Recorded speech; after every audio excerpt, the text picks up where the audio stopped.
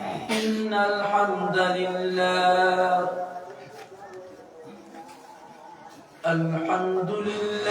نحمده ونستعينه ونستغفره ونؤمن به ونتوكل عليه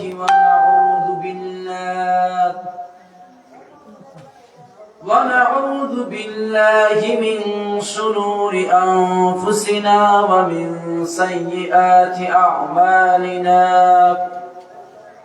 من يهده الله فلا مضل له ومن يضلله فلا هادي له ونشهد أن لا إله إلا الله وحده لا شريك له ونشهد أن سيدنا وسندنا وحبيبنا ومولانا محمدا عبده ورسوله الذي أرسله بالحق بشيرا ونذيرا وداعيا إلى الله بإذنه وسراجا وقمرا منيرا فقد قال الله تبارك وتعالى في كلامه المجيد وفرقانه الحميد বক্সটা একটু দিয়ে ঘুরিয়ে দেন আর সাউন্ডটা আরো একটু ভোল্টেজ বাড়ানো রিভার্ব বাড়ানো এই সাউন্ড অপারেটর ভাই সাউন্ড বাড়াই দাও বক্সটা এদিকে করুন আমার দিকে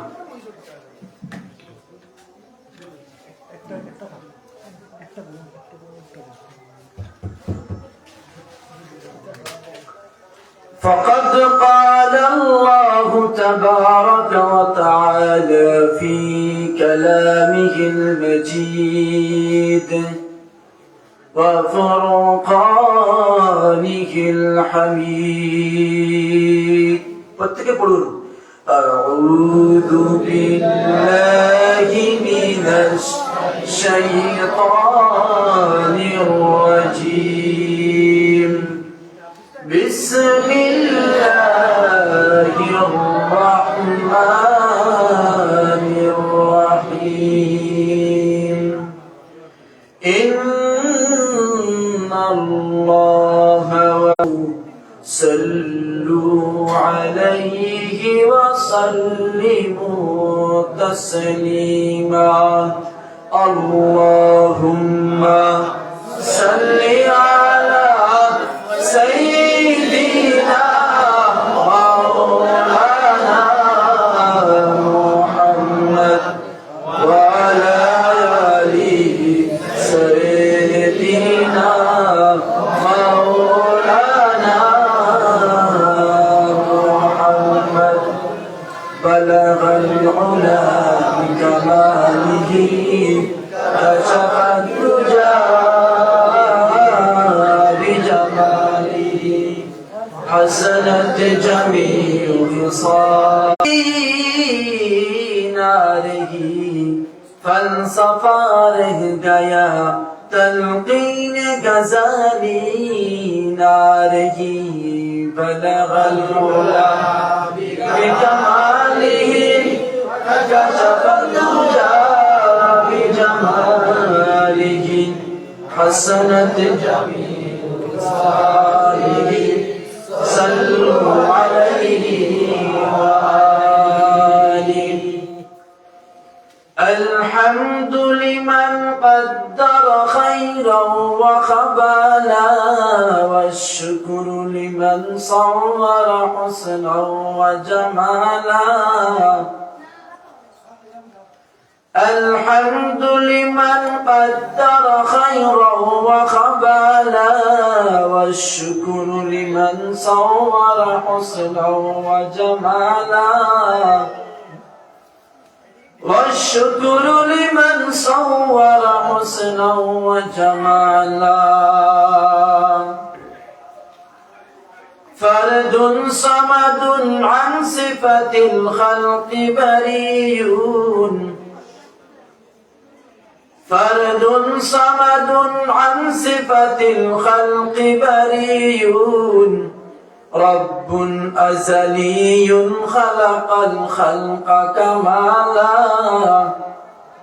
رب أزلي خلق الخلق كمالا لا زد ولا ند ولا حد لمولاه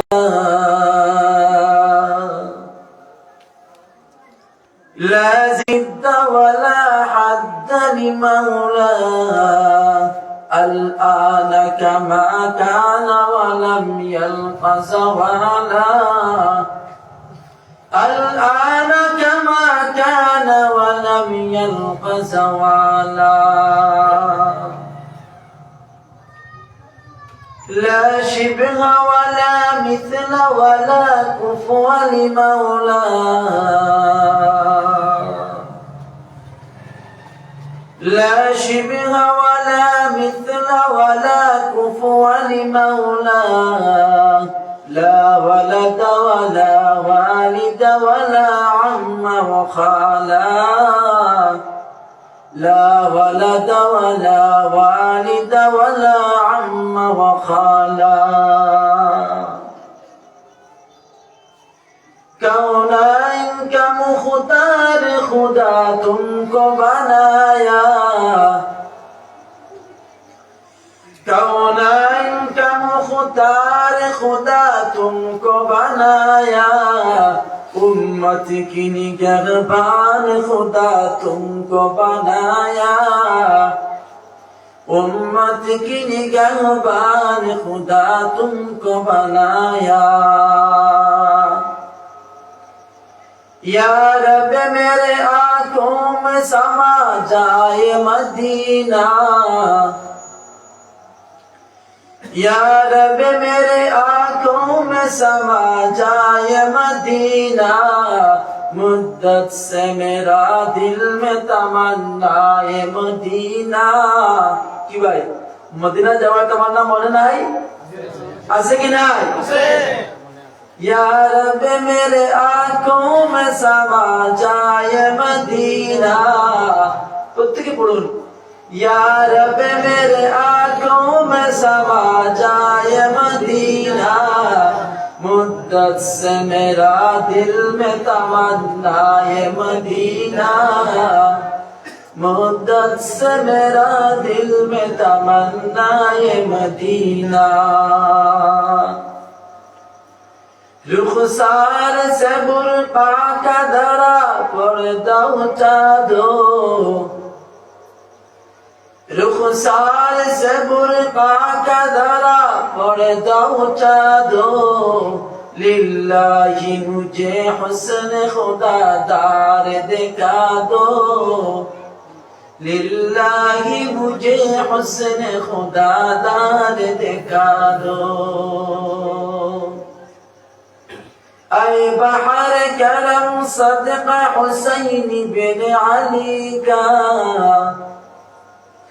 ऐ बहर करम सदका हुसैन बिन अली का प्यासा हो मुझे शरबत दीदार पिला दो प्यासा हो मुझे शरबत दीदार पिला दो मैं सूरत यूसुफ को नहीं चाहने वाला मैं सूरत यूसुफ को नहीं चाहने वाला मैं कैस के मानिंद नहीं आशिक लैला मैं कैस के मानिंद नहीं आशिक लैला मैं आशिक मौला को मेरा इश्क निराला मैं आशिक मौला को मेरा इश्क निराला ये जुमला जगह जिसकी तजल्ली से उजाला, ये जुमला जगह जिसकी तजल्ली से उजाला। ला इलाहा इल्लल्लाह, ला इलाहा इल्लल्लाह, ला इलाहा इल्लल्लाह, ला इलाहा इल्लल्लाह, ला इलाहा इल्लल्लाह, ला इलाहा इल्लल्लाह,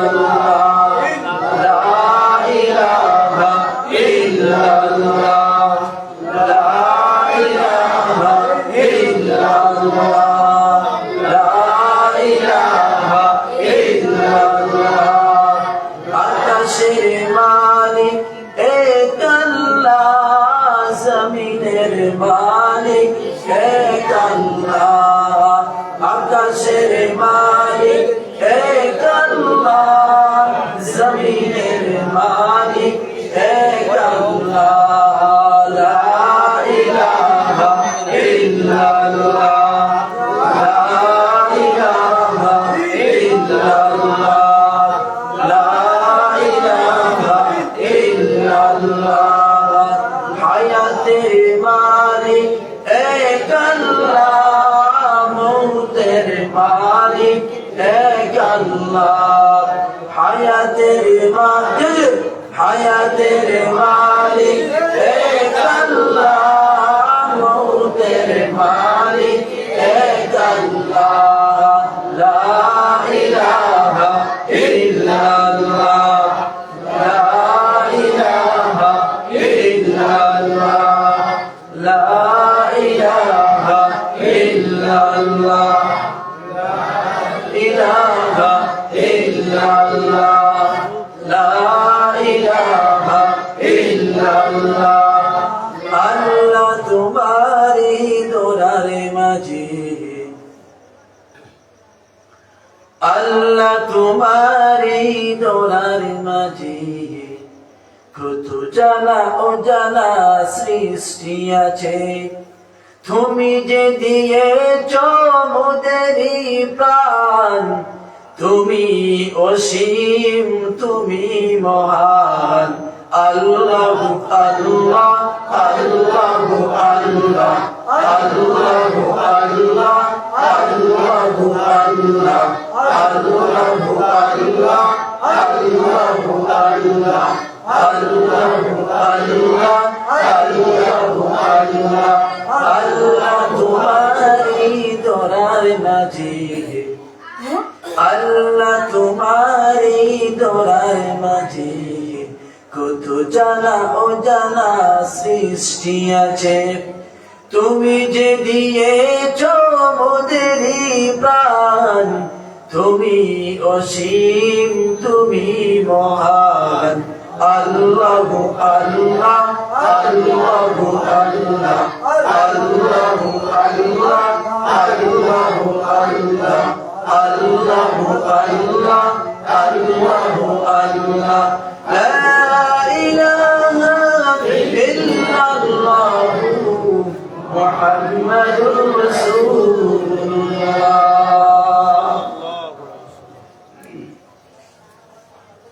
সুদূর হাইলাকান্দি, দোলাই টিলাগ্রাম সিদ্দিকিয়া জাই মসজিদের বাৎসরিক মহাসম্মেলনের মহামান্য সভাপতি মহোদয়,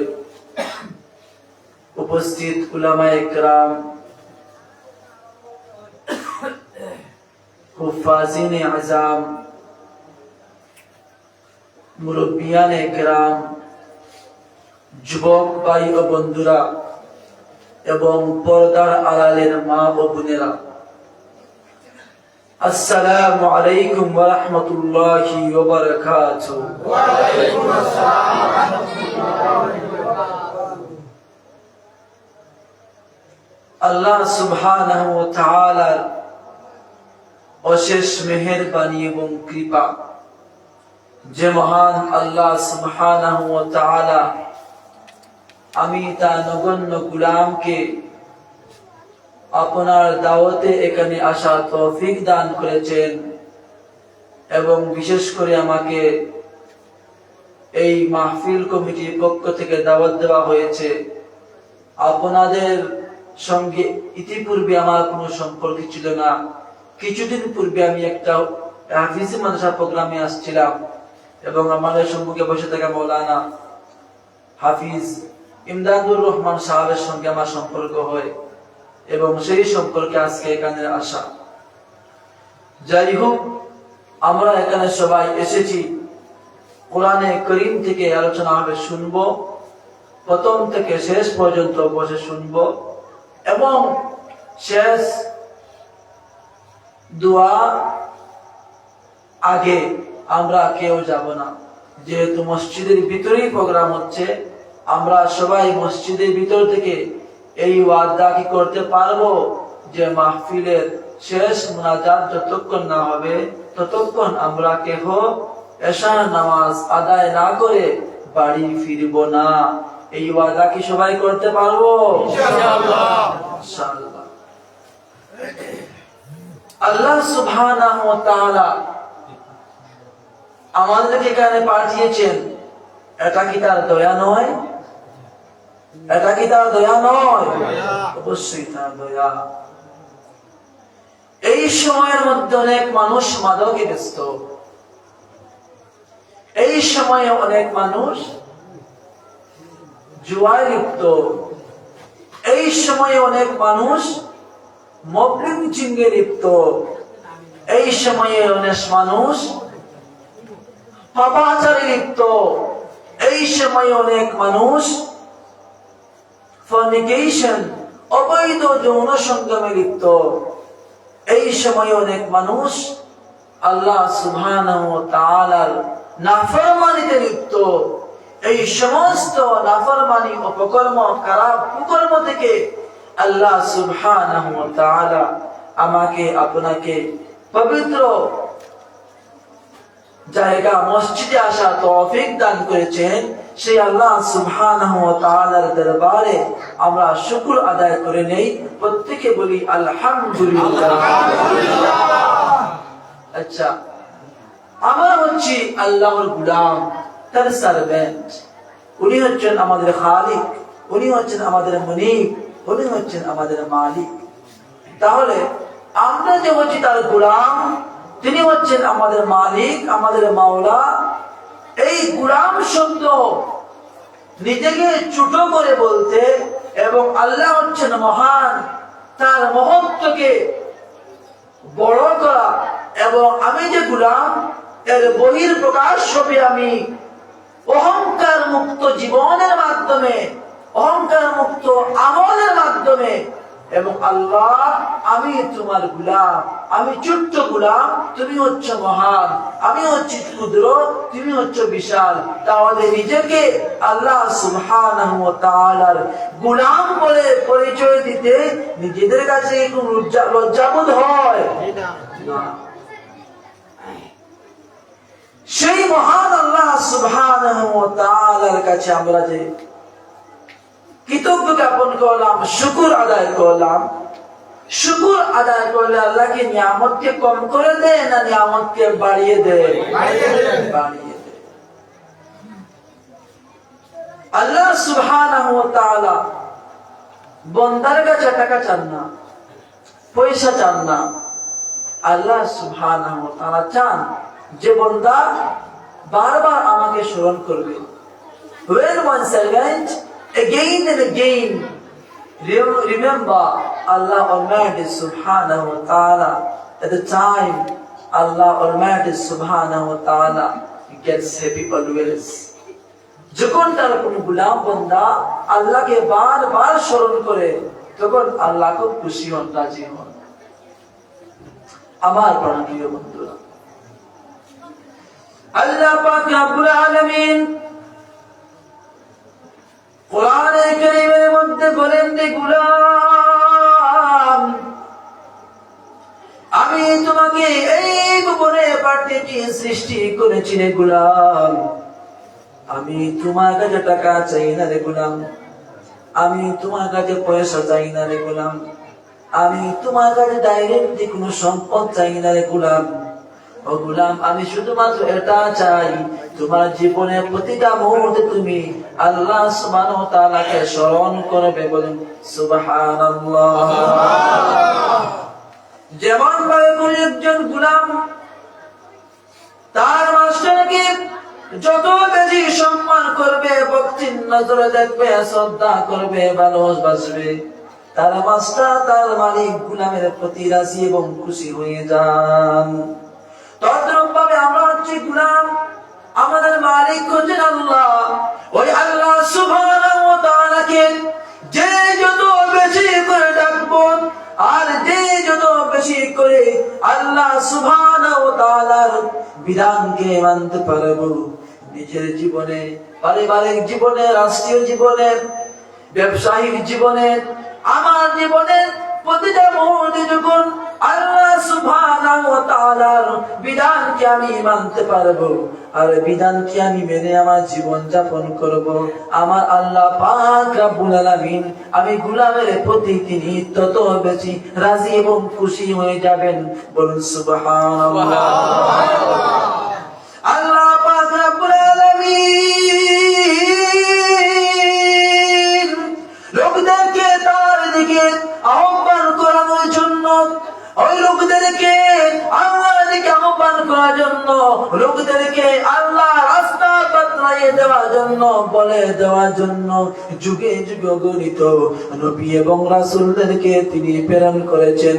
মুসা পয়গম্বরকে প্রেরণ করেছেন, ঈসা পয়গম্বরকে প্রেরণ করেছেন, ইসমাঈল পয়গম্বরকে প্রেরণ করেছেন, ইউসুফ পয়গম্বরকে প্রেরণ করেছেন, শীষ পয়গম্বরকে প্রেরণ করেছেন, দাউদ পয়গম্বরকে প্রেরণ করেছেন, শুআয়ব পয়গম্বরকে প্রেরণ করেছেন, সুলাইমান পয়গম্বরকে প্রেরণ করেছেন।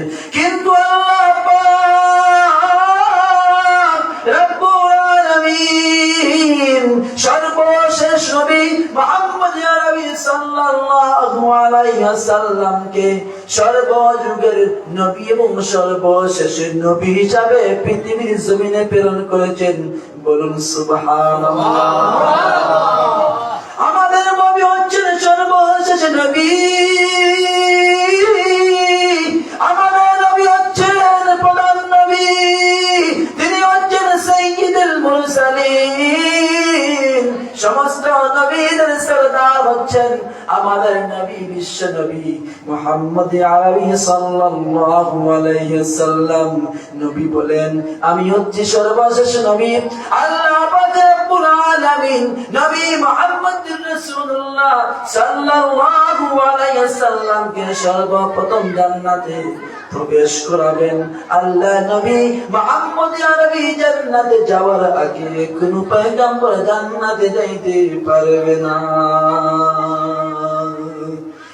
ইমামুল আউয়ালিন আল আখিরিন বাহর সাদকা রাহমাতাল লিল আলামিন সাইয়্যিদুল কাউনাইন খাতামুল মুরসালিন آخر مدبود فخر الأولين شد وجود رحمة للعالمين مسجد وشيخ মারুয়ে জমিন। আমাদের নবী মুহাম্মদ নবী সাল্লাল্লাহু আলাইহি ওয়াসাল্লাম সর্বপ্রথম তিনি জান্নাতে যাবেন, কেননা তিনি হচ্ছেন নবী কুলের শিরোমণি, তিনি হচ্ছেন সর্বশেষ পয়গম্বর এবং সমস্ত পয়গম্বরদের ইমাম হচ্ছেন আমাদের নবী মুহাম্মদ সাল্লাল্লাহু আলাইহি ওয়াসাল্লাম। ওই নবী বলেন, যেমন ভাবে আমি জান্নাতে আগে প্রবেশ করব আর আমার উম্মতের আগে জান্নাতে প্রবেশ করবে।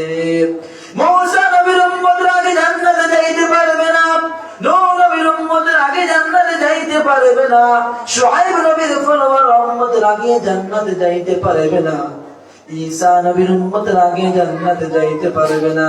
আগে নবী মুহাম্মদ রাসূলুল্লাহ সাল্লাল্লাহু আলাইহি ওয়াসাল্লামের উম্মতেরা জান্নাতে যাইবে। বলুন সুবহানাল্লাহ। দেখে যা তোর আয়ে আলমে মুহতারাম মুস্তাফা কি উম্মতে খায়রুল উমাম। প্রিয় বন্ধুরা, ওই নবী মুহাম্মদ আরবি সাল্লাল্লাহু আলাইহি সাল্লাম আজ থেকে 1400 বছর পূর্বে ওই আমিনার কোলে 570 খ্রিস্টাব্দে আরব নগরে মা আমিনার কোলে উনি জন্মগ্রহণ করেন। উনার জন্মস্থান হচ্ছে আরবের ওই সাহারা মরুভূমি। এবং আল্লাহ নবী মুহাম্মদ আরবি সাল্লাল্লাহু আলাইহি সাল্লাম আজকে আমি যেমন করে আপনার সম্মুখে ভাষণ দিচ্ছি, বক্তব্য দিচ্ছি, ওই সময় আল্লাহ নবী মুহাম্মদ আরবি সাল্লাল্লাহু আলাইহি সাল্লাম সাহাবায়ে কিরামদেরকে তিনি এইভাবে জড়ো করে করে দ্বীনের তালিম দিতেন, এইভাবে জড়ো করে করে তিনি দ্বীন ইসলামের কথা বলতেন, তাওহীদের কথা বলতেন। এইভাবে করে তিনি বসে বসে লোকদেরকে কোরআনে কারীমের বাণী শোনাতেন। বলুন সুবহানাল্লাহ। এই যুগের মধ্যে আমাদের সমাজের মধ্যে কোন একটা সমস্যা সবচেয়ে বেশি দেখা যায়, এটা হচ্ছে ম্যারেজের সমস্যা, দাম্পত্য জীবনের সমস্যা। এই সমস্যার সমাধানের জন্য আজকে থেকে 1400 বছর পূর্বে আমাদের নবী জনাব মুহাম্মদ রাসূলুল্লাহ সাল্লাল্লাহু আলাইহি সাল্লাম যে গাইডলাইন্স দিয়েছেন, ওই গাইডলাইন্সকে যদি আমরা মানতে পারি তাহলে আজকে আমাদের সমাজে শান্তি ফিরে আসবে, না হয় আমাদের সমাজে শান্তি সমৃদ্ধি ফিরে আসবে না। এই সমাজে আমাদের ইয়ং জেনারেশন যারা রয়েছেন তাদের লাইফ নষ্ট হচ্ছে, তাদের লাইফ ডিস্ট্রয় হচ্ছে। আল্লাহ নবী মুহাম্মদ আরবি সাল্লাল্লাহু আলাইহি ওয়াসাল্লাম বলেন, ইয়া মাশারাশ শাবাব মান ইসতাতা, রাসূল সাল্লাল্লাহু আলাইহি ওয়াসাল্লাম বলেন বিরাতিল হাদিস, এই যুবকেরা তোমাদের মধ্যে যাদের সাধ্য রয়েছে, মানিসতাতা মিনকুল বা'দ ফালইয়াতাজাওয়াজ, যাদের বিবাহ করার সাধ্য রয়েছে তোমরা বিবাহ করে নাও। যাদের বিবাহ করার সাধ্য রয়েছে করে নাও, বিবাহ করে নাও। বেশিক্ষণ কথা বলবো না, কিছু টপিকে কথা বলবো। আমরা জানি ইয়ং জেনারেশন যদি একটা সমাজের তরুণেরা, যুবকেরা যদি একটা সমাজের সঠিক সিদ্ধান্ত নেয় এবং তরুণেরা এবং যুবকেরা যদি একটা সমাজের সঠিক রাস্তায় থাকে, সমস্ত সমাজ পরিবর্তন হয়ে যায়, নেশন পরিবর্তন হয়ে যায়, জাতি পরিবর্তন হয়ে যায়। আর তরুণদের মধ্যে যদি ফাটল ধরে যায়, আর তরুণেরা যদি মাদকে আসক্ত হয়ে যায়, জিনার মধ্যে আসক্ত হয়ে যায়, মদের মধ্যে আসক্ত হয়ে যায়, গোটা জাতি গোটা সমাজ নষ্ট হয়ে যায়। এজন্য তরুণরা হচ্ছে একটা জাতির মেরুদণ্ড, তরুণরাই হচ্ছে একটা জাতির হৃৎপিণ্ড। মেরুদণ্ড কেন বললাম? আমি এখানে বসে আছি, আমার মেরুদণ্ড আছে বলে আমি বসে আছি, না হয় আমি বসতে পারতাম না, দাঁড়াতে পারতাম না। আমার সমস্ত বডি হ্যান্ডেলিং করছে, লিড করছে আমার মেরুদণ্ড। আপনার সমস্ত বডিকে লিড করছে আপনার মেরুদণ্ড। মেরুদণ্ডবিহীন একজন মানুষ সোজা হয়ে দাঁড়াতে পারে না। একটা জাতি কখনো সে দাঁড়াতে পারবে না যতক্ষণ না তার ইয়ং জেনারেশন, তরুণেরা, যুবকেরা শক্ত হয়ে না দাঁড়াবে। আজকে সেই তরুণ এবং যুবকেরা তাদের লাইফকে ডেমলিশ করছে, নষ্ট করছে, বিবাহ থেকে দূরে সরে গিয়ে। প্রাণের প্রিয় বন্ধুরা, যেই ব্যক্তি তার সময় যখন হয়ে যাবে বিবাহের, একজন বাবা হিসাবে আপনার দায়িত্ব কি?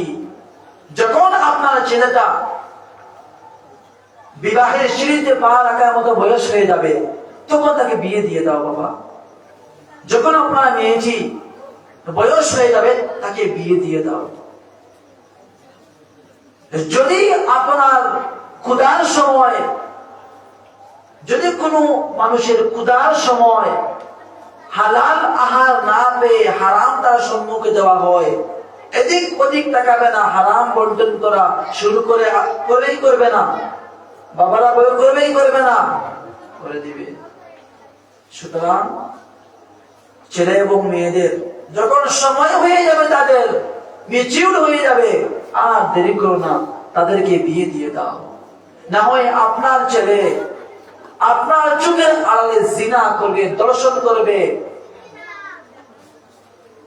নাজায়েজ সম্পর্ক সে স্থাপন করবে, আপনি বাবা হয়ে টের পাবেন না, বুঝতেই পারবেন না।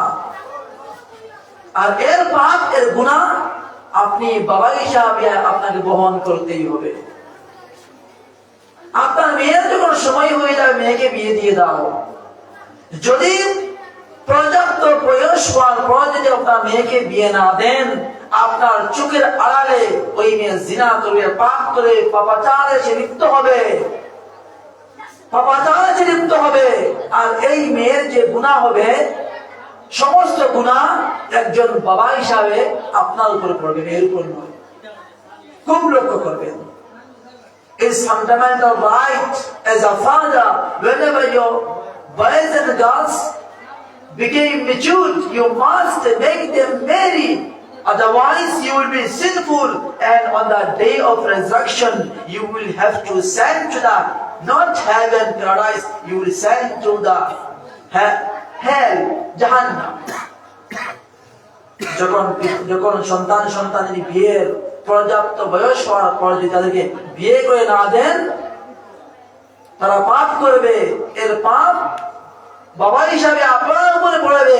কাল কিয়ামতের দিন আপনাকে জাহান্নামে পাঠানো হবে। বলুন নাউযুবিল্লাহ। একটা ছেলে যখন স্কুলে যায়, একটা মেয়ে যখন স্কুলে যায়, একটা ছেলে একটা মেয়ের দিকে যখন তার চক্ষু দৃষ্টিপাত হবে, ভালোবাসা জন্ম নিতেই পারে।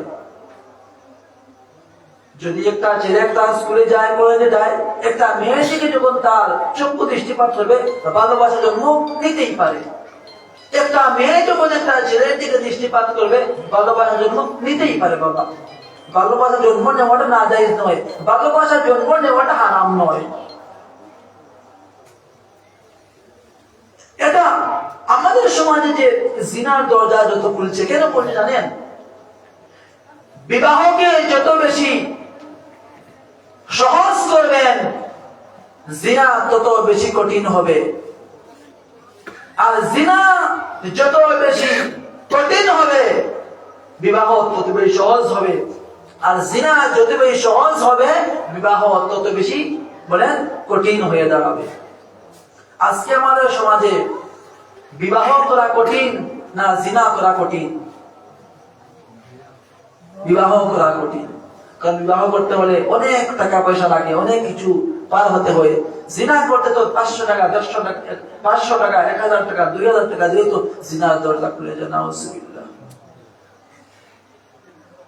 এই জিনা কোথায় থেকে আরম্ভ হয়, কেন এটা আরম্ভ হয় জানেন? আল্লাহ পাক রব্বুল আলামিন কোরআনে কারীমের মধ্যে বলেন, কুল লিল মুমিনিনা ইয়াগুদ্দু মিন আবসারিহিম ওয়া ইয়াহফাযু ফুরুজাহুম ওয়া কুল লিল মুমিনাতি ইয়াগুদ্দুনা মিন আবসারিহিন্না ওয়া ইয়াহফাযুনা ফুরুজাহুম। আল্লাহ পাক রব্বুল আলামিন সূরা নূর 24 নম্বর সূরা 24 নম্বর অধ্যায় 30 এবং 31 নম্বর আয়াতের মধ্যে নিজের ভাষায় তিনি ঘোষণা করেন, ও পৃথিবীর সমস্ত যুবকেরা, তোমরা যখন পথ চলবে তখন তোমরা তোমাদের চক্ষুকে নিম্নগামী রাখবে, আর তোমরা তোমাদের লজ্জাস্থানকে সংযত হেফাজত করে রাখবে। এই আয়াতে আল্লাহ পাক রব্বুল আলামিন পর্দার কথা বলেছেন। প্রথম বলেছেন পুরুষদেরকে, প্রথম মহিলাদেরকে বলেন নাই, আমাদেরকে বলেছেন, আমাকে বলেছেন, তোমাকে বলেছেন। Whenever you walk on the road or way, you must decrease your sin power, decrease your eyes sin power. যখন তুমি রাস্তা দিয়ে চলবে, তোমার চক্ষুকে নিম্নগামী রাখো, এদিকে ওদিকে তাকাও না বাবা, নিম্নগামী তোমার চক্ষুকে রাখো। And protect your place of shameful, লজ্জা স্থানকে তুমি সংযুক্ত করবে, হেফাজত করবে, যাতে এটা এদিকে ওদিকে না যায়, নিজের কন্ট্রোলে থাকে। তাহলে আল্লাহ পাক রব্বুল আলামিন পুরুষদেরকে আমাদেরকে কয়টি দায়িত্ব দিচ্ছেন? দুইটি। কয়টি বললাম? দুইটি। একটা হচ্ছে চক্ষুকে নিম্নগামী রাখা, দুই নম্বর হচ্ছে লজ্জাস্থানকে হেফাজত করা। দুই নম্বর আয়াতে বলেছেন وَقُلْ لِلْمُؤْمِنَاتِ يَغْضُضْنَ مِنْ أَبْصَارِهِنَّ وَيَحْفَظْنَ فُرُوجَهُنَّ। এ নবী, সমস্ত মহিলাদেরকে বলে দাও তারা যেন তাদের চক্ষুকে নিম্নগামী রাখে এবং তারাও যাতে তাদের চক্ষুকে নিম্নগামী রাখে এবং লজ্জাস্থানকে হেফাজত করে। খুব গুরুত্বপূর্ণ কথা বাবা, শুধু সুর এবং টান শুনলে হবে না, লেসন এখান থেকে নিয়ে যেতে হবে। আল্লাহ নবী বিশ্ব নবী জনাব মুহাম্মদ রাসূলুল্লাহ সাল্লাল্লাহু আলাইহি ওয়াসাল্লাম সমস্ত পুরুষদেরকে এই ইনফরমেশন নিউজ জানিয়ে দিলেন, সঙ্গে সঙ্গে সমস্ত মহিলাদেরকে ইনফরমেশন নিউজ জানিয়ে দিলেন এবং আর্টিকেল জারি করে দিলেন, পৃথিবীর সমস্ত মা বোনেরা তোমরা যখন রাস্তা যা পথ চলবে অথবা তোমার যে যেখানে থাকো না কেন, তোমাদের চক্ষুগুলোকে তোমার নিম্নগামী করবে এবং লজ্জাস্থানকে তোমরা সংযুক্ত করবে, হেফাজত করবে। এখন প্রশ্ন হলো, এই জিনা কেন হয় আর কোথায় থেকে এই জিনা জন্মগ্রহণ করে? জিনা জন্মস্থান কোনটা? আল্লাহ নবী বলেন, যখন নাকি আমরা আমাদের চক্ষুকে কন্ট্রোল করতে পারবো আর আমরা আমাদের লজ্জাস্থানকে কন্ট্রোল করতে পারবো, হেফাজত করতে পারবো, যখন সমস্ত বডিকে আমি কন্ট্রোল করতে পারবো। বলুন সুবহানাল্লাহ। যখন একটা ছেলে অথবা একটা মেয়ে যখন তারা স্কুলে যায়, কলেজে যায়, একটা ছেলে যখন একটা মেয়ের দিকে যখন সে তাকায়, প্রথম কিন্তু ভালোবাসার তাড়াতাড়ি জন্ম নেয় না। একটা ছেলে যখন একটা মেয়ের দিকে তাকায় তখন প্রথম কিন্তু হাত মেলায় না, হ্যান্ডশেক হয় না, প্রথম কিন্তু চোখের সঙ্গে চোখে একটা কি বলা হয়, চোখ টিপা, চোখের সঙ্গে চোখে যখন রিলেশন হয়ে যায়, মনে করেন প্রথম দিন সে গিয়েছে স্কুলে অথবা কলেজে অথবা টিউশনে, যখন একটা ছেলে একটা মেয়ের চোখের সঙ্গে চোখে যখন আই কন্ট্যাক্ট হয়ে যায়, তখন ছেলে মনে মনে ভাবে, আমার মনে হয় এই মেয়েটার সঙ্গে আমি কথা বলতে পারবো, ওই মেয়েটা মনে হচ্ছে আমাকে পাত্তা দিচ্ছে। প্রথম কি হয়? চোখে চোখে দেখা। প্রথম কি হয় বললাম? চোখে চোখে দেখা।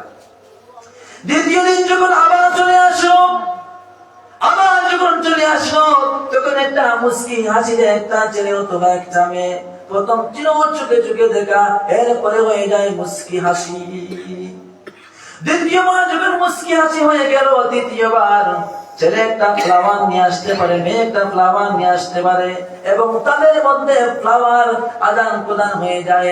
এখান থেকে আস্তে আস্তে ভালোবাসা জন্মগ্রহণ করে।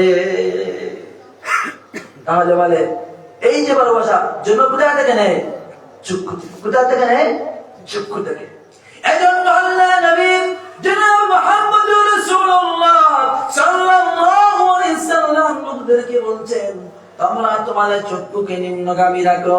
যখন আমরা এই একটা আল্লাহ সুবহানাহু ওয়া তাআলার বিধানকে মান্য করলাম, যখন মানুষ চোখের সম্পর্ক যখন হয়ে যায়, তখন কথা বলা ওপেন হয়ে যায়, যখন কথা বলা ওপেন হয়ে যায়, তখন তারা আস্তে আস্তে করে জিনার দিকে তারা ধাবিত হয়।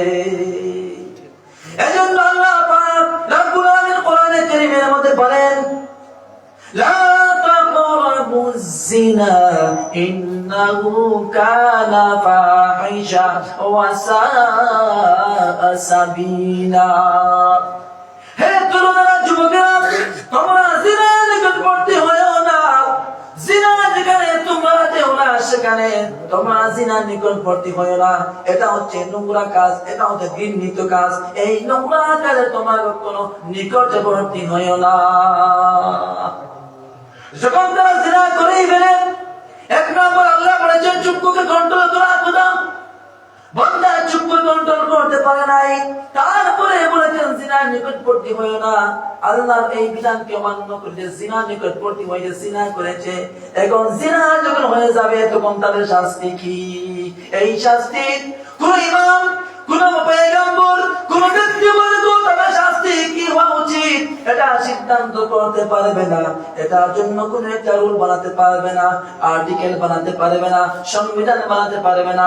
আল্লাহ পাক রব্বুল আলামিন বলেন, যে গোলাম যখন জিনা হয়ে যাবে তখন তোমাদের শাস্তি কি শুনে নাও। সূরা নূর 24 নম্বর সূরা 24 নম্বর অধ্যায় 1 নম্বর 2 নম্বর আয়াতের মধ্যে আল্লাহ পাক রব্বুল আলামিন বলেন, الزانية والزاني فاجلدوا كل واحد منهما 100 جلدة। যখন কোন পুরুষ এবং মহিলারই দুইটা যদি আনমেরিড হয়, অবিবাহিত কোন পুরুষ অথবা কোন নারী যদি দুজনের মধ্যে জিনা হয়ে যায়, নাজায়েজ সম্পর্ক হয়ে যায়, তখন তাদেরকে জনসম্মুখে নিয়ে আসা হবে এবং 100টা চাবুক মারা হবে, 100টা চাবুক মারা হবে। তাদের চেহারায় মারা যাবে না, লজ্জাস্থানে মারা যাবে না। চেহারা এবং লজ্জাস্থান ব্যতীত শরীরের অন্য অঙ্গে 100টা বেঁধে লাগানো হবে। এখন যদি হয়ে যায় এমএলএ ছেলে, কনসিডার করা যাবে না। কোন মন্ত্রী মেয়ে যদি হয়ে যায় তারপরেও কোনো কনসিডার করা যাবে না। মুখ্যমন্ত্রী ছেলে হলেও কনসিডার করা যাবে না, প্রধানমন্ত্রী ছেলে হলেও কনসিডার করা যাবে না। এই বিধান যদি আমাদের সমাজে থাকে তাহলে কোন পুরুষ কোন নারীর সঙ্গে কোনো জিনা করতে পারবে না, ঠিক কিনা? এই কানুন, আল্লাহ যেমন কানুন ব্যবস্থা যতক্ষণ পর্যন্ত আমাদের সমাজে সংবিধান হবে না, লাগু হবে না, ততক্ষণ পর্যন্ত মায়েরা বোনেরা শান্তি সমৃদ্ধির জীবন চালাতে পারবে না। এখন কথা হচ্ছে, যারা বিবাহিত কোন পুরুষ আর বিবাহিত কোন নারী যদি জিনা করে ফেলে, অবৈধ যৌন সঙ্গম করে ফেলে, তাহলে তাদের হুকুম কি? তাদের হুকুম সেই, তাদের হুকুম সম্পর্কে আল্লাহ পাক বলেন, الشيخ والشيخوخة إذا زنيا فارجموهما نكالا من الله। যখন কোন পুরুষ বিবাহিত অথবা কোন নারী বিবাহিত, এই দুই সম্প্রদায় যদি কোন জিনা করে ফেলে, অবৈধ যৌন সঙ্গম করে ফেলে, তখন তাদেরকে বুক পর্যন্ত গর্ত করে এই গর্তের মধ্যে কেড়ে চতুর্দিকে লোক দাঁড়িয়ে যাবে, জনসম্প্রদায় দাঁড়িয়ে যাবে, হাতের মধ্যে পাথর নিবে এবং পাথর মেরে মেরে এই জমিন থেকে এই জিনাখোরদের বিদায় করে দিতে হবে। এই কানুন যদি আমাদের সমাজে থাকতো তাহলে কোন পুরুষ, বিবাহিত পুরুষ এবং বিবাহিত নারী তারা কখনো পরক্রিয়া করতে পারত না। আমার প্রিয় বন্ধুরা, এজন্য আল্লাহর হাবিব সাল্লাল্লাহু আলাইহি ওয়াসাল্লাম বলেন, ও তরুণেরা, ও যুবকেরা, তোমরা যখন সময় হয়ে যাবে তখন তুমি ম্যাচিউর হয়ে যাবে, আর দেরি করবে না, তুমি এই দাম্পত্য জীবনে তুমি আবদ্ধ হয়ে যাও। অনেক যুবকেরা মনে মনে ভাবে, আমার তো টাকা নাই, পয়সা নাই, আমি আগে প্রতিষ্ঠিত হব তারপর বিয়ে করব। এটা হচ্ছে ভুল ধারণা। আমার প্রিয় যুবকেরা, ভালো করে শুনো, বিয়ে হওয়ার আগে প্রতিষ্ঠিত হওয়া যায় না, বরং বিয়ে করার পরে আল্লাহ সুবহানাহু ওয়া তাআলা ক্যারিয়ারের মধ্যে বরকত দিয়ে দেন। বলুন সুবহানাল্লাহ। এখানে মেয়ে বাবা যারা বসে আছো, খুব লক্ষ্য করে শুনবেন, যদি আপনার মেয়ে তাকে বিবাহের উপযুক্ত, আর যদি কোন একটা ছেলে যদি মাত পাঠিয়ে দেয়, প্রস্তাব পাঠিয়ে দেয় আপনার মেয়েকে বিবাহ করার জন্য, প্রথমত আপনি ওই ছেলের টাকা দেখবেন না, ওই ছেলের পয়সা দেখবেন না, ওই সঙ্গে সৌন্দর্য দেখবেন না, ওই ছেলের নেশন দেখবেন না, তার ক্যারিয়ার দেখবেন না, তার কিছুই দেখবেন না। আগে দেখবেন সে প্রকান্ত পক্ষের মানুষ কি না। যদি ওই ছেলে প্রকান্ত পক্ষের মানুষ হয়ে থাকে, আর যদি তার একটা বাসস্থান থাকে, ছোট্ট মোট্ট একটা বাসস্থান হয়ে থেকে থাকে। আর যদি আপনার মনের মধ্যে একটা তৃপ্তি থাকে, এই ছেলের কাছে যদি আমার মেয়ে বিবাহ দিয়ে দেই, তাহলে আমার মেয়ে কোনোদিন অনাহারে মরবে না, কোনোদিন বছরের জন্য কষ্ট পাবে না, 5 ওয়াক্ত নামাজ সে পবিত্র আদায় করতে পারবে, আর আমার মেয়েকে আহার দিতে পারবে, আমার মেয়ে সম্মানের জীবন যাপন করতে পারবে। এমনটাই যদি একটা ছেলের কাছে ক্যাপাসিটি থেকেই থাকে, তাহলে আপনার মেয়েকে আল্লাহর জাতের মতো করে বিয়ে দিয়ে দেন। বিয়ে দেওয়ার পরে দেখবেন ওই ছেলে যখন আপনার মেয়েকে বিয়ে করবে, ওই ছেলে আর জিনার দিকে তাকাবে না, ওই ছেলে আর অন্য মেয়ের দিকে তাকাবে না, ওই ছেলের মধ্যে অন্য কোনো পরিকল্পনা আসবে না, জিনা থেকে সে বাঁচবে, জিনা থেকে সে পাক এবং সাফ হয়ে যাবে। যখন একটা পুরুষ জিনা থেকে পাক এবং সাফ জিন্দেগি যখন সে আরম্ভ করবে, আর আল্লাহ পাক রব্বুল আলামিন ওই দাম্পত্য জীবনের মধ্যে যখন একটা সুন্দর দাম্পত্য জীবন দেখতে পারবেন, আল্লাহ সুবহানাহু ওয়া তাআলা খুশি এবং রাজি হয়ে তাদের দাম্পত্য জীবনের মধ্যে বরকত বাড়িয়ে দেবেন। বলুন সুবহানাল্লাহ। সাহাবায়ে কিরামরা চাইতেন যে তারা বিবাহ করবে না। সাহাবায়ে কিরাম রাদিয়াল্লাহু তাআলা আজমাইন তারা মনে মনে ভাবতেন, হায় আল্লাহর রাসূল, আমরা বিবাহ করব না, আমরা বিবাহ করতে চাই না, আমরা শুধুমাত্র আপনাকে ডাকতে চাই, আমরা শুধুমাত্র আল্লাহ সুবহানাহু ওয়া তাআলাকে ডাকতে চাই, আল্লাহ সুবহানাহু ওয়া তাআলা তাসবিহ তালিমে পড়ে যেতে চাই। আল্লাহ নেই বলেন, না না না, তোমার রূহানিয়ত হতে পারবে না। এই সাহাবীর উম্মতের মধ্যে অনেক লোকেরা বিবাহ করে নাই, তারা শুধুমাত্র বিবাহ ব্যতীত তারা আল্লাহ সুবহানাহু ওয়া তাআলার নৈকট্য লাভ করতে চেয়েছিল। আমি কিন্তু তেমন নয়, আমি হচ্ছি একজন রাসূল, আমি হচ্ছি রক্তে মাংসের মানুষ, আমি পয়গম্বর, আমি বিবাহ করেছি, আমারও সংসার রয়েছে, আমারও দাম্পত্য জীবন রয়েছে, তুমিও দাম্পত্য জীবনে আবদ্ধ হয়ে যাও, তুমি আর বিবাহ করো, রূহবানিয়ত ইখতিয়ার করতে পারবে না, অবশ্যই তোমাকে বিবাহ করতে হবে। من تمسك بسنتي عند فساد أمتي فله أجر 100 شهيد। আল্লাহ নাই বলেন, ওই যে একটা উম্মত চলে আসবে, কিয়ামত করবে, কিয়ামতের আগে তো উম্মত যখন চলে আসবে, আল্লাহ নবী তার উম্মতের কথা বলেন যে এই সময় নাকি লোক পাপাচারের মধ্যে লিপ্ত হয়ে যাবে। ওই সময় যদি কোনো ব্যক্তি আমি মুহাম্মদের একটা সুন্নতকে পালন করে, তাহলে 100 গোলাকার আসলে সওয়াব তার নামায়ে আমলে লিখে দেওয়া হবে। সুবহানাল্লাহ। আল্লাহ নাই বলেন, আন-নিকাহু মিন সুন্নতি ফামান রাগিবা আন সুন্নতি ফালাইসা মিন্না। নিকাহ হচ্ছে পয়গম্বরের সুন্নত, নিকাহ হচ্ছে আমার সুন্নত। আমার সুন্নত থেকে যে ব্যক্তি মুখ ঘুরিয়ে নিবে, চেহারা ঘুরিয়ে নিবে, সে কখনো আমার উম্মতের অন্তর্ভুক্ত হতে পারে না। আল্লাহ নাই বলেন, ইযা তাযাওয়াজা আবদু ইসতাকমালা ইসদ্দিন ফালইয়াত্তাকি ফি নিসফিল বাকি। আল্লাহ নেই বলেন, যখন কোন একটা পুরুষ বিবাহ করে নিল, তখন তার জীবনের অর্ধেক ঈমানকে সে পরিপূর্ণ করে নিল, আর অর্ধেক সে আল্লাহ সুবহানাহু ওয়া তাআলাকে ভয় করতে হবে। বলুন সুবহানাল্লাহ।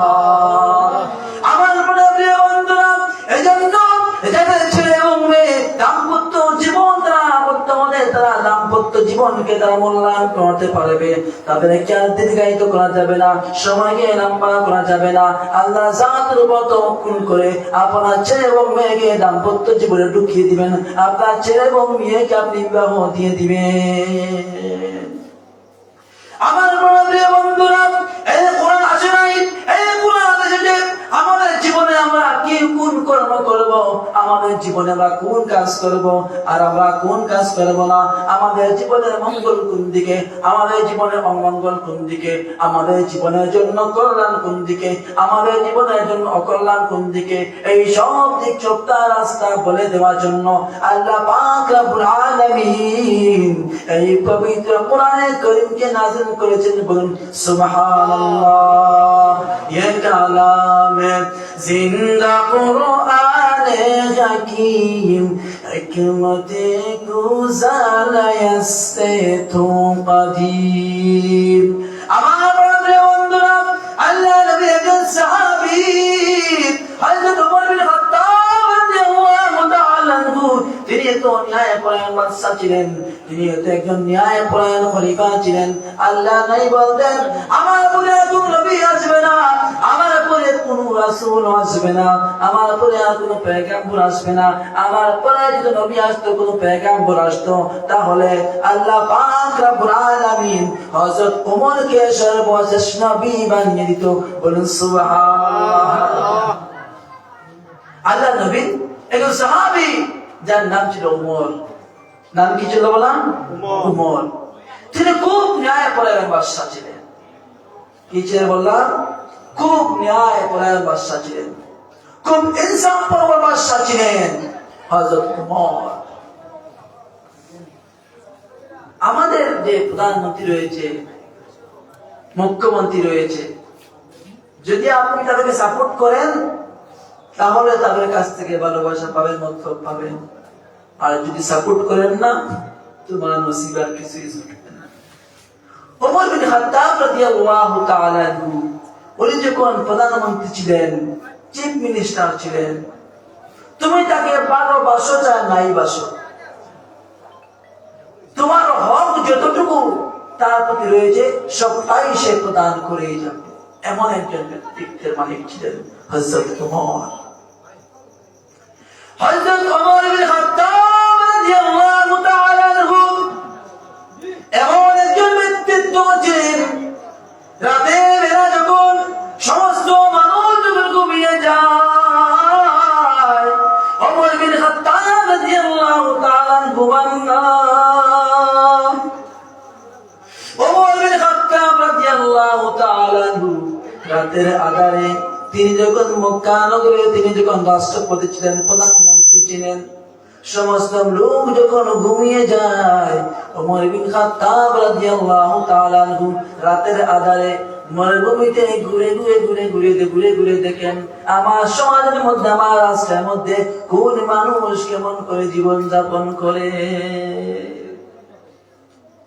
রাতের আঁধারে ওমর বিন খাত্তাব রাদিয়াল্লাহু তাআলা রাত প্রায় বাজে 12টা 1টা, এমন সময় রাতের আঁধারে তিনি ঘুরে দেখছেন মরুভূমিতে তার রাষ্ট্রের মধ্যে কোন পরিবার কোন বিপদের মধ্যে আছে নাকি। হঠাৎ দেখতে পেলেন কে যেন মরুভূমির বালুর মধ্যে একটা তাম্বু টাঙ্গিয়ে রেখেছে, আর তাম্বুর মধ্যে আস্তে আস্তে করে ল্যান্টন জ্বলছে। ওমর মনে মনে ভাবলেন আমার রাষ্ট্রে এই তাঁবুর মধ্যে কে আছে, আর তার ঘরে আস্তে আস্তে প্রদীপ জ্বলছে, ল্যান্টন জ্বলছে। এটাকে দেখার জন্য হযরত ওমর সঙ্গে সঙ্গে তাঁবুর মধ্যে গিয়ে হাজির হয়ে গেলেন। তাঁবুর মধ্যে মাথা ঢুকালেন, আর ঢুকে দেখতে পেলেন একটা মহিলা কি যেন রান্না করছে, একটা মহিলা কি যেন রান্না করছে, আর পাশে দুইটা সন্তান জুড়ে কান্না করতেছে। হয়তো তোমার বলেন মহিলা কোথায় তোমার বাড়ি, কিংবা তোমার পরিচয়, রাত বাজে এখন প্রায় 12টা, তুমি এখন এখানে কি রান্না করছো? ওই মহিলা বলে অগপতি কে তুমি, কিংবা তোমার পরিচয়, তোমাকে তো আমরা জানি না, চিনতেও পারলাম না। এখানে আমরা এসেছি, আসলে আমরা অনেক দূর থেকে এসেছি, আমরা এসেছি এই যে মক্কা মদিনার বাদশা হযরত ওমরের কাছে আমরা এসেছি। ওমরের কাছ থেকে আমরা কিছু রেশন নেব, কিছু সাহায্য নেব, কিন্তু ওমরের কাছে এখন পর্যন্ত আমরা পৌঁছাতে পারি নাই, রাত্র হয়ে গেছে, সেজন্য এখানে আমরা তাম্বু টাঙ্গিয়ে আমরা এখানে রাত কিয়াম করতেছি। কিন্তু ওই মহিলা জানে না তিনি হচ্ছেন ওমর। ওমর এই দৃশ্য দেখে সঙ্গে সঙ্গে দৌড় মারেন রেশনের দোকানকে বলা হয় বাইতুল মাল। বাইতুল মাল, বাইত মানে ঘর, মাল মানে সামান, সামানের ঘর, মালের ঘর, রেশনের ঘর। রেশনের ঘরে চলে গেলেন এবং রেশনের ঘরের চাবি ছিল আসলামের কাছে। আসলামকে ডাকলেন ওমর, ডেকে বললেন আসলাম খাদিম, কোথায় তুমি? সঙ্গে সঙ্গে আসো, বাইতুল মালের দরওয়াজা খুলো, আর বাইতুল মাল থেকে এক বস্তা আটা আর কিছু তরকারি সবজি আমি ওমরের মাথায় তুমি উঠাইয়া দাও। আসলাম বলেন ওগো মালিক, বস্তা নাই, কোনো মানুষের প্রয়োজন নাই, গোলামের প্রয়োজন কেন হবে না? বস্তা বহন করার জন্য আপনি তো প্রয়োজন নাই। আমি গোলাম রয়েছি, খাদিম রয়েছি, আমি আটার বস্তা আমার মাথায় আমি বহন করি। আপনি যেই জায়গায় হুকুম দিবেন, আদেশ করবেন, সেই জায়গায় আমি চলে যাবো গমনি। ওমর বলেন, যে দৃশ্য আমি এখন থেকে এসেছি, যদি আমি এখন আহার পৌঁছাতে না পারি, কালে কিয়ামতের দিন আল্লাহ পাক রব্বুল আলামিন আমি উমরকে আসামির কাঠগড়ায় দাঁড় করিয়ে দেবে। হযরত ওমর আটার বস্তা নিজের মাথায় নিলেন, আর ওই সময়ের জন্য যা তারা রুটির সঙ্গে খাইতেন, গিয়তবা মাখন অথবা কিছু তরকারি আটার সঙ্গে নিয়ে গেলেন। রাত প্রায় 1:30টার সময় ওই মরুভূমিতে তাঁবুর ভিতরে উমর গিয়ে সঙ্গে সঙ্গে ওই বুড়ি মহিলাকে তিনি স্বয়ং সাহায্য করলেন, আটা দিয়ে রুটি তৈরি করলেন। ওমর রুটিকে নিজে তাও সাহায্য করলেন। আর 2টা সন্তানকে ওমর ডাকলেন। 2টা সন্তানের মুখে রুটির টুকরা চিড়ে চিড়ে চিড়ে চিড়ে 2টা সন্তানের মুখে দিলেন। আর 2টা সন্তান খুব বেশি শান্তি ফিলিং করলো। আর 2টা সন্তান বলল, ওগো প্রতীক, যদিও তোমাকে আমরা চিনি না, তোমার কোন পরিচয় আমাদের জানা নাই। আর ওই মহিলা বলল, ওগো প্রতীক, যদিও তোমাকে চিনি না, জানি না তোমার কি পরিচয়, কিন্তু তুমি আজকে রাত্রে আড়ালে ওই যে মরুভূমিতে ঘুরে ঘুরে ঘুরে ঘুরে আমাদের সন্তান বের করেছো, আর আমাদের মুখে আহার তুলে দিয়েছো। যদি উমর প্রধানমন্ত্রী না হইয়া আপনি যদি আমাদের রাষ্ট্রের প্রধানমন্ত্রী হইতেন, তাহলে আমাদের ভাগ্য আরো ভালো হয়ে যেত। কিন্তু ওই মহিলা জানে না তিনি হচ্ছেন স্বয়ং উমর। ওমর বিন খাত্তাব রাদিয়াল্লাহু তাআলা আনহু নিজের আত্মগোপ নিজের পরিচয়কে গোপন করে রাখলেন। আর ওই মহিলাকে বললেন, গোমা, এসব কিছু বলার প্রয়োজন নেই, তুমি রাত পোহালের পরে তুমি যাবে, যেখানে মাল বন্টন করা হবে, রেশন বন্টন করা হবে, সেখানে তুমি যাবে। সেখানে যাওয়ার পর আমি চেষ্টা করবো সেখানে তোমাকে কিছু বেশি দেওয়ার জন্য। সেখানে যখন নাকি ওই মহিলা তার পানে 2টা সন্তানকে হাতে ধরে ধরে নিয়ে গেল, যেখানে রেশন বন্টন করা হচ্ছিল, সেখানে গিয়ে দেখে, আহারে, গত রাত্রে যেই ব্যক্তি আমাকে আটার বস্তা মাথায় করে নিয়ে দিয়েছিল, তার সঙ্গে কিভাবে ব্যবহার করেছিলাম, আজকে দেখি উনি তো হচ্ছেন সেই প্রেসিডেন্টের সিংহাসনে বসা। বলুন সুবহানাল্লাহ। তখন ওই মহিলা পায়ে কন্দন্ত হয়ে গেল আর বলল, মোহন, গত রাত্রে আপনার সঙ্গে যে ব্যবহার করেছি, আপনি অসন্তুষ্ট হবেন না, মাফ করে দেন, মাফ করে দেন। আমরা জানি না, চিনতে পারি না যে তুমি হচ্ছ এই মদিনার প্রেসিডেন্ট, তুমি হচ্ছ উমর, তোমাকে চিনতে আমরা ভুল করেছি। ওমর বলেন, বোমা, তুমি আমার কাছে ক্ষমা চাওয়ার কোনো প্রয়োজন নাই, আমার কাছে তুমি কখনো কাকুতি মিনতি করার প্রয়োজন নেই। আমি উল্টা তোমার কাছে ক্ষমা চাই, তোমার করে আটার বস্তা পৌঁছাতে আমি উমর দেরি করে ফেলেছি।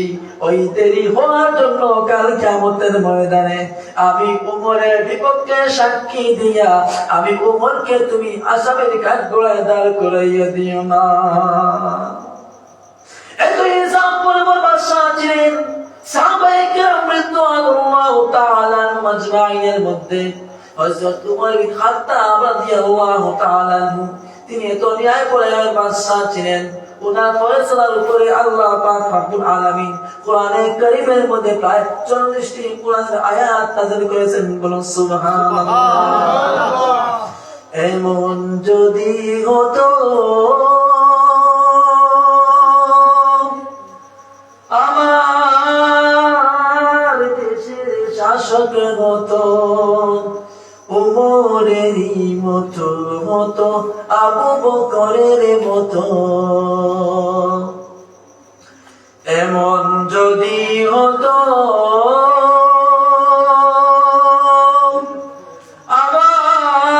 আমার দেশের শাসকের মতো ওমরেরই মতো হতো আবু বকরের মতো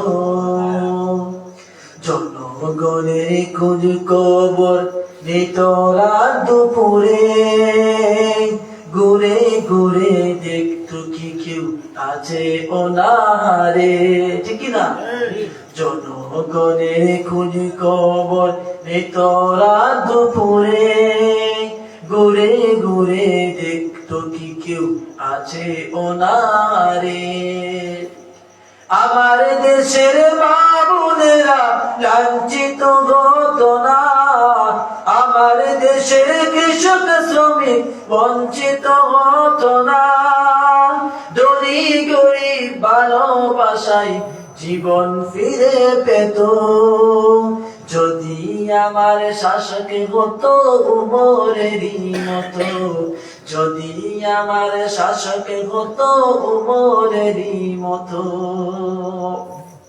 হযরত ওমর বিন খাত্তাব রাদিয়াল্লাহু তাআলা আনহু এত অনেক বড় বাদশা ছিলেন এত অনেক বড় বাদশা ছিলেন ওনাকে শয়তান পর্যন্ত ভয় করত মনে করেন দোলাই রাস্তা দিয়ে যদি উমর হেঁটে হেঁটে যেতেন শয়তান দোলাই রাস্তা ছেড়ে দিয়ে অন্য কোন রাস্তায় হাঁটা শুরু করে দিত অপরের যুগে যেই রাস্তা দিয়ে ওমর বিন খাত্তাব রাদিয়াল্লাহু তাআলা আনহু হেঁটে হেঁটে হেঁটে হেঁটে যাইতেন ক্রমাগত ভাবে শয়তান যদি এই রাস্তায় উমরকে দেখতে পেত শয়তান সঙ্গে সঙ্গে তার রাস্তাকে চেঞ্জ করে নিত বলুন সুবহানাল্লাহ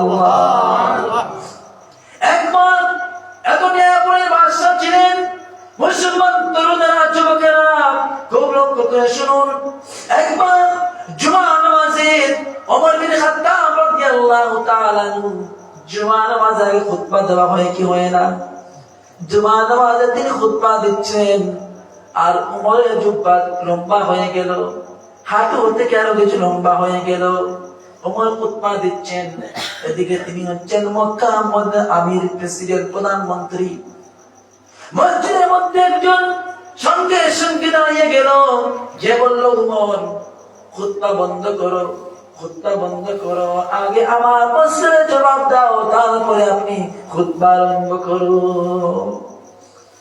ওমর বলেন যে কি তোমার প্রশ্ন ওই ব্যক্তি বলে আমার প্রশ্ন হলো উমর সরকার থেকে সরকারি ভাবে কাপড় দেওয়া হয়েছে বস্ত্র দেওয়া হয়েছে আমরা সবাই জুব্বা বানিয়েছি কাপড় বানিয়েছি আমাদের কারোর কাপড় হাঁটুর নিচে যায় নাই সবার কাপড় জুব্বা হাঁটুর উপরে পর্যন্ত রয়েছে আর তুমিও সরকারি কাপড় দিয়ে জুব্বা বানিয়েছো তোমার কাপড় কেমন করে হাঁটুর নিচে চলে গেল চিন্তা করতেছে ওই মসজিদে অপর একজন ছেলে ছিল আব্দুল্লাহ দাঁড়িয়ে গেল যে ব্যক্তিকে বললো যদি আপনি পারমিশন দেন তাহলে আপনার আব্বা আমার আব্বাকে আপনি যে প্রশ্ন করেছেন এর জবাব আমি উমর আমার বাবার পক্ষ থেকে দিতে চাই আব্দুল্লাহ বলল ওমরের ছেলে আমার বাবা আপনি যতটুকু কাপড়ে পেয়েছেন 2 মিটার হতে পারে এক্স্যাক্টলি আমার বাবা 2 মিটার কাপড়ে পেয়েছেন সরকারি ভাবে কিন্তু 2 মিটার কাপড়ে আমার বাবা হচ্ছে খুব লম্বা এবং ফিগারওয়ালা ব্যক্তি 2 মিটার কাপড়ে আমার বাবার জুব্বা পরিপূর্ণ হয় না সেজন্য আমি আব্দুল্লাহ সরকার থেকে যে 2 মিটার কাপড় পেয়েছিলাম আমি আমার 2 মিটার আমি আমার আব্বাকে দান করে দিলাম আমার আব্বা 2 মিটার আর আমি আব্দুল্লাহর কাপড় 2 মিটার এই 4 মিটার কাপড়কে একসঙ্গে সেলাই করে আমার আব্বা জুব্বা বানিয়েছে এজন্য আমার আব্বার জুব্বা হাঁটুর নিচে চলে গেছে এতই ন্যায়পরায়ণ করেছিলেন এতই ইনসাফ করেছিলেন আজকে যদি কোনো এমএলএ যদি কোনো মন্ত্রী হয় দাঁড়িয়ে কোনো বক্তব্য দেয় আর যদি কোনো বিকারি গিয়ে তার মধ্যে ইন্টারফেয়ার করে কোনো বিকারি গিয়ে যদি কাউন্টার দেয় তুমি লম্বা লম্বা কথা বলছো আমি তো বর পাই নাই আমি কোনো বস্ত্র পাই নাই কাপড় পাই নাই ওই এমএলএ বা মন্ত্রীর সঙ্গে সঙ্গে তাকে মেরে শেষ করে দিবে ওমর বিন খাত্তাব রাদিয়াল্লাহু তাআলা আনহু প্রায় অর্ধ হতে তিনি মালিক হওয়ার পরও তিনি ইনসাফকে তিনি প্রাধান্য দিয়েছিলেন। ওই ব্যক্তি খুতবারত অবস্থায় প্রায় শুক্রবারের জুমার সময় কাউন্টার দিয়েছিল, প্রশ্ন করেছিল। হযরত ওমর কখনো তিনি অভিমান করেন নাই, রাগ গুসা করেন নাই। এত ইনসাফ পরবর বাদশা ছিলেন। হযরত ওমরের যুগে একজন ব্যক্তি রাসূল সাল্লাল্লাহু আলাইহি ওয়াসাল্লামের কাছে তারা দুইজন ব্যক্তি ঝগড়া লেগেছিল। একজন হচ্ছে মুনাফিক মুসলমান, অপরজন হচ্ছে ইহুদি।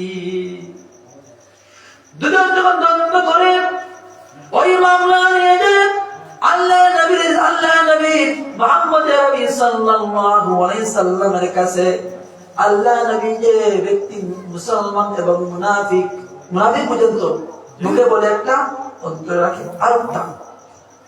মুনাফিক মুসলমান আর ইহুদি যখন তারা দুইজন তাদের মুকদ্দমা নিয়ে আল্লাহ নবীর কাছে হাজির হয়ে গেল, আল্লাহ নবী তাদের দুইজনের স্টেটমেন্ট শুনলেন। শোনার পর যেই ব্যক্তি ইহুদি ছিল তার পক্ষে আল্লাহ নবী ফয়সালা দিয়ে দিলেন।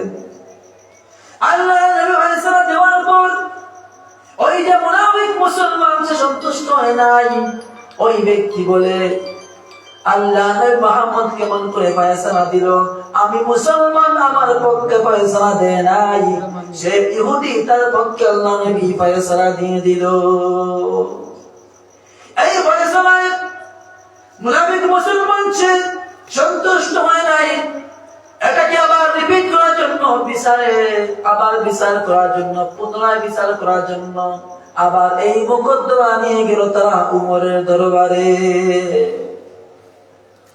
ওমরের দরবারে মুকদ্দমা যখন চলে গেল, ওমর বিন খাত্তাব রাদিয়াল্লাহু তাআলা আনহু তাদেরকে বললেন, আমার পূর্বে কোন ব্যক্তি কি এর সমাধান দিয়েছে? বলে হ্যাঁ দিয়েছে।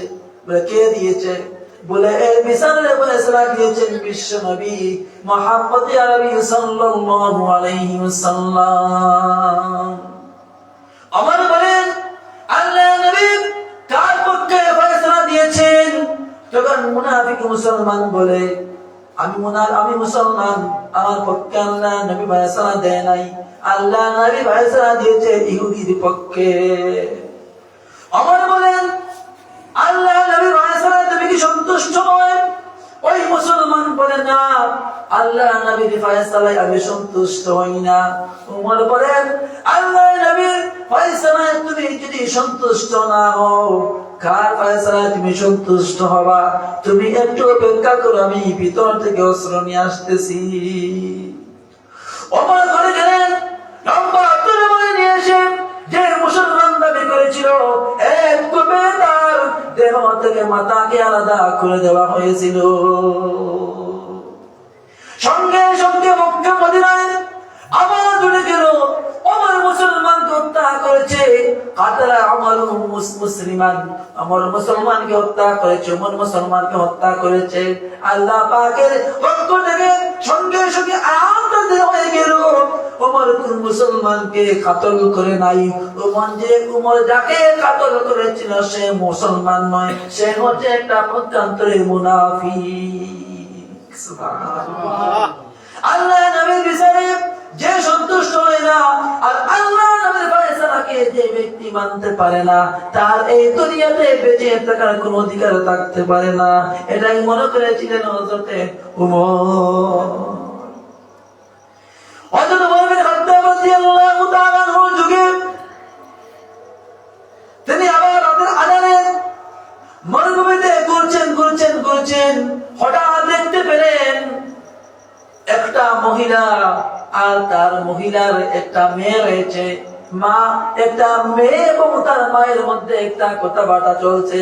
হযরত ওমর এটাকে শোনার জন্য ঘরের নিকট ডেকে দাঁড়ালেন। ওই ঘরে যে মহিলা ছিল, ওই মহিলা বলছে তার মেয়েকে, ওই মেয়ে তারা ছিল মিল্কম্যান, দুধ বিক্রি করতো। ওই মহিলা বলতে তার মেয়েকে, মা গো, দুধের মধ্যে তুমি একটা পানি মিশিয়ে দাও, তখন দুধ বেশি হয়ে যাবে। কি দুধের মধ্যে পানি দিলে দুধ বেশি হয় না? ওমর বলছে মা গো, মহিলা বলছে তার মেয়েকে, মা গো, দুধের মধ্যে মধ্যে তুমি একটু পানি মিষ্টি করে দাও, দুধের মধ্যে তুমি একটা পানি ঢেলে দাও, দুধ বেশি হয়ে যাবে।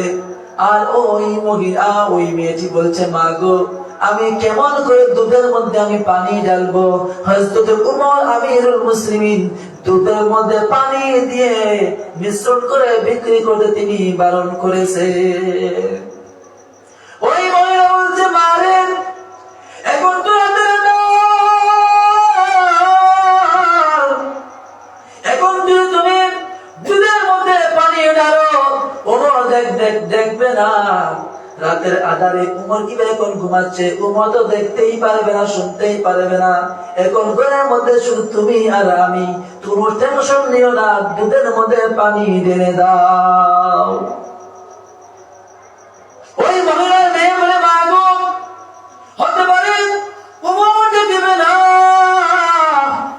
উমর দেখবে না, উমর শুনবে না, কিন্তু উমর যে আল্লাহকে বিশ্বাস করে, উমরে আল্লাহ কিন্তু আমাদের কার্যকলাপকে দেখতেছে, সুতরাং আমি দুধে পানি দিতে পারবো না।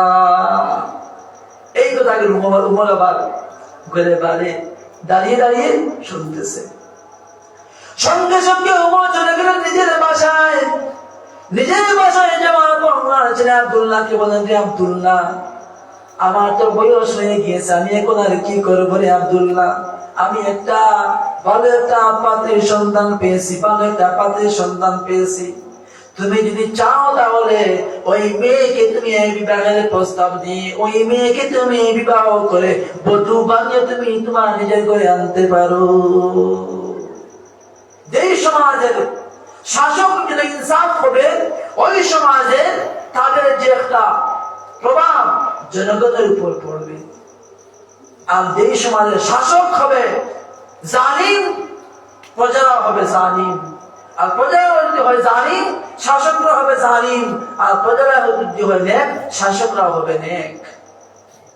সেজন্য বন্ধুরা, আজকে যে আমাদের উপর জালিম শাসক দাঁড়িয়ে আছে, জালিম শাসক, কেন? আমরা হচ্ছে এক নম্বর জালিম। জালিমকে আল্লাহ জালিম নেই মানে। কেমন করে জালিম বলি? নামাজ আদায় করা ফরজ কি ফরজ না ভাই? ফরজ কি ফরজ না ভাই? ফরজ। এই ফরজকে যদি আমরা অমান্য করি, আমরা কি জুলুম করছি না? জুলুম করছি না? জুলুম করছি। মা বাবার হক আদায় করা ফরজ না ওয়াজিব? ফরজ। বাবা হক আদায় করতেই হবে। এই হককে আমরা আদায় করছি? করেছি কি বাবা? করছি না। আমরা জালিম নয়? আমরা জালিম নয়? আমরা বলি যে গরুর মাংস বন্ধ করে খাওয়া বন্ধ করে দিয়েছে। গরুর মাংস খাওয়া ফরজ নয়, ওয়াজিব নয়, নফল নয়, মুস্তাহাব নয়, হালাল। শুধুমাত্র কি হালাল। আর মদ পান করা কি হারাম। মুসলমান মদ পান করছে না? মুসলমান মদ পান করছে না? নামাজ আদায় করা কি ফরজ না ওয়াজিব না মুস্তাহাব? ফরজ। আল্লাহ, এটা কি আল্লাহর বিধান না কোনো পয়গম্বরের বিধান? আল্লাহর বিধানকে আমরা অমান্য করছি। আল্লাহ যেটাকে হারাম বানিয়ে সেটাকে আমরা শিওয়া বানিয়ে নিয়েছি। আমাদের উপর গজব আসবে না? কার উপরে গজব আসবে? গজব আসবে না? যত ধরনের গজব, যত ধরনের সমস্যা আমাদের সম্মুখে আসতেছে, এই সবগুলো হচ্ছে আমাদের হাতের কামাই। কি বললাম? সবগুলো হচ্ছে কি আমাদের হাতের কামাই। যতদিন না আমাদের আমল ঠিক করব, যতদিন না আমরা আল্লাহকে চিনতে পারবো, ততদিন পর্যন্ত এই জুলুম শাসক আমাদের উপরে আসবে। আমরা হব শাসিত, তারা হবে শাসক। এবং জালিম শাসক আমাদের উপর শাসন করবে, আমরা শাসিত হব। কারণ আমরা নিজের উপর জুলুম করছি, নামাজ পড়ছি না, আল্লাহর বিধানকে মানছি না। ওই যুগের মধ্যে, রাসূল সাল্লাল্লাহু আলাইহি ওয়াসাল্লামের যুগের মধ্যে মুসলমানরা বেশি ছিল না কম ছিল? বলে ভাই, সংখ্যায় বেশি ছিল না কম ছিল? কম ছিল। ঈমান কি ছিল? বেশি ছিল। वो जमाने में مسلمات معزز کر وہ زمانے میں مسلمات معزز کر اور ہم خار ہوئے تارک قرآن کر ওই যুগের মধ্যে মুসলমানেরা সংখ্যায় খুবই কম ছিল 4-5টা আঙ্গুলের মতো মুসলমান পাবলিকে পরিবারই গোনা যেত কিন্তু তাদের ইমানের পাওয়ারকে গণনা করার জন্য ইমানের পাওয়ারকে মাপার জন্য পৃথিবীর জমিনে কোনো থার্মোমিটার জন্মগ্রহণ করে নাই আর আজ অগণিত মুসলমান সবাই মুসলমান সবাই মুসলমান সবাই মুসলমান আর যদি যেমন করে থার্মোমিটার দিয়ে জ্বর যেমন করে মাপা যায় ওইভাবে কোন মেশিন দিয়ে যদি আমাদের ঈমান মাপা যাইতো তাহলে আমাদের ঈমানের লাল বাতি জ্বলতো কি জ্বলতো না বলু এই ঈমান দিয়ে আমাদের কোনো কিছু করা যাবে না রে বাবা এই ঈমান দিয়ে আমাদের কিছুই করা যাবে না যদি আমরা শান্তি এবং সমৃদ্ধির জীবন যদি আমাদের পেতে হয় শান্তি এবং সমৃদ্ধির জীবন যদি আমাদের কাটাতে হয় আমাদের ঈমানকে মেহনত করতে হবে এবং ঈমানকে শক্ত করতে হবে ঈমানকে শক্ত করা ছাড়া বিকল্প কোনো রাস্তা নেই আমার প্রিয় বন্ধুরা হযরত ওমর বিন খাত্তাব রাদিয়াল্লাহু তাআলা এর যুগে যখন নাকি মসজিদে আকসা বাইতুল মুকদ্দাসকে যখন নাকি ইহুদিরা কবজা করে নিল যখন নাকি মাইক বাজিয়ে যাচ্ছে রাস্তা দিয়ে যাচ্ছে কিসের এলাম শুনুন তাহলে ওমর বিন খাত্তাব রাদিয়াল্লাহু তাআলা এর যুগে বাইতুল মুকদ্দাস যখন নাকি ইহুদিরা যখন তারা দখল করে নিল যে বাইতুল মুকদ্দাসের দিকে আল্লাহ নবী মুহাম্মদ আরবি সাল্লাল্লাহু আলাইহি সাল্লাম প্রায় 17 মাস তিনি কিবলাতে নামাজ পড়েছিলেন বলুন সুবহানাল্লাহ বাইতুল মুকদ্দাস মসজিদ আকসা ফিলিস্তিনের যে মসজিদ এই মসজিদের দিকে আল্লাহ রাসূল সাল্লাল্লাহু আলাইহি সাল্লাম তার জীবনের 17টি মাস সেই মসজিদকে কিবলা বানিয়ে নামাজ আদায় করেছিলেন কত মাস বললাম 17 মাস একবার জোহরের সময় আল্লাহ নবী মসজিদ আকসা থেকে তিনি কিবলা করে নামাজ আদায় করছেন আর রাসূলের মনের মধ্যে জল্পনা কল্পনা আহারে আমার পূর্বে যে পয়গম্বর আসছিল সবাই তো খানায়ে কাবার দিকে কিবলা করে নামাজ পড়ছিল আর আমি মসজিদ আকসা দিকে আমি কিবলা করে নামাজ পড়তেছি জোহরের নামাজের মধ্যে তিনি এই কল্পনা করেছেন আর নামাজ আদায় করছেন জোহরের নামাজ যখন তিনি 2 রাকাত জোহরের নামাজ আদায় করে দিলেন আর সঙ্গে সঙ্গে এতম অবস্থায় আল্লাহ পক্ষ থেকে ওহী নাযিল হয়ে গেল قد نرى تقلب وجهك في السماء فلنولينك قبلة ترضاها فول وجهك شطر المسجد الحرام সঙ্গে সঙ্গে কোরআনে কারীমের আয়াত নাযিল হয়ে গেল আল্লাহ বলেন ও নবী আপনি যেই দিকে চেহারা করে নামাজ পড়তে চাচ্ছেন খানায়ে কাবার দিকে বাইতুল্লাহর দিকে আপনি আপনার চেহারাকে আপনি ঘুরিয়ে ফেলেন সুবহানাল্লাহ জোহরের দুই রাকাত নামাজ আল্লাহ নবী সাল্লাল্লাহু আলাইহি সাল্লাম মসজিদে আকসা থেকে তিনি চেহারা করে মসজিদে 2 রাকাত নামাজ আদায় করেন আর 2 রাকাত নামাজ তিনি খানায়ে কাবার দিকে ফিরে আদায় করেন বলুন সুবহানাল্লাহ এই মসজিদে আকসা যখন নাকি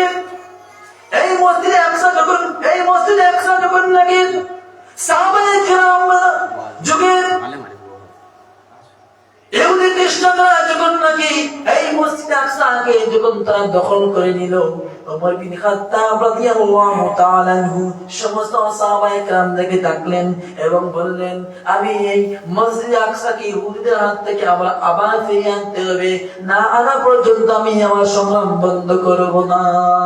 আমি একা জেরুজালেমের দিকে আমি রওনা হয়ে যাব। অন্যান্য সাহাবায়ে কেরাম বলেন, ওগো মালিক, আপনি একা জেরুজালেমের দিকে মসজিদ আকসাকে বিজয় করার জন্য যাবেন না। হতে পারে ইহুদি খ্রিস্টানরা, ইহুদিরা হতে পারে কোন একটা ষড়যন্ত্র করে আপনাকে রাস্তার মধ্যে এরা কাতল করে ফেলবে।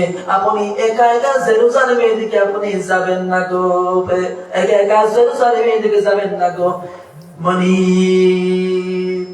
ফজরের নামাজের পরে ওমর বিন খাত্তাব রাদিয়াল্লাহু তাআলা আনহু খালিদ ইবনে ওয়ালিদ এর নেতৃত্বে 10,000 সাহাবায়ে কেরামদেরকে তিনি ডাকলেন।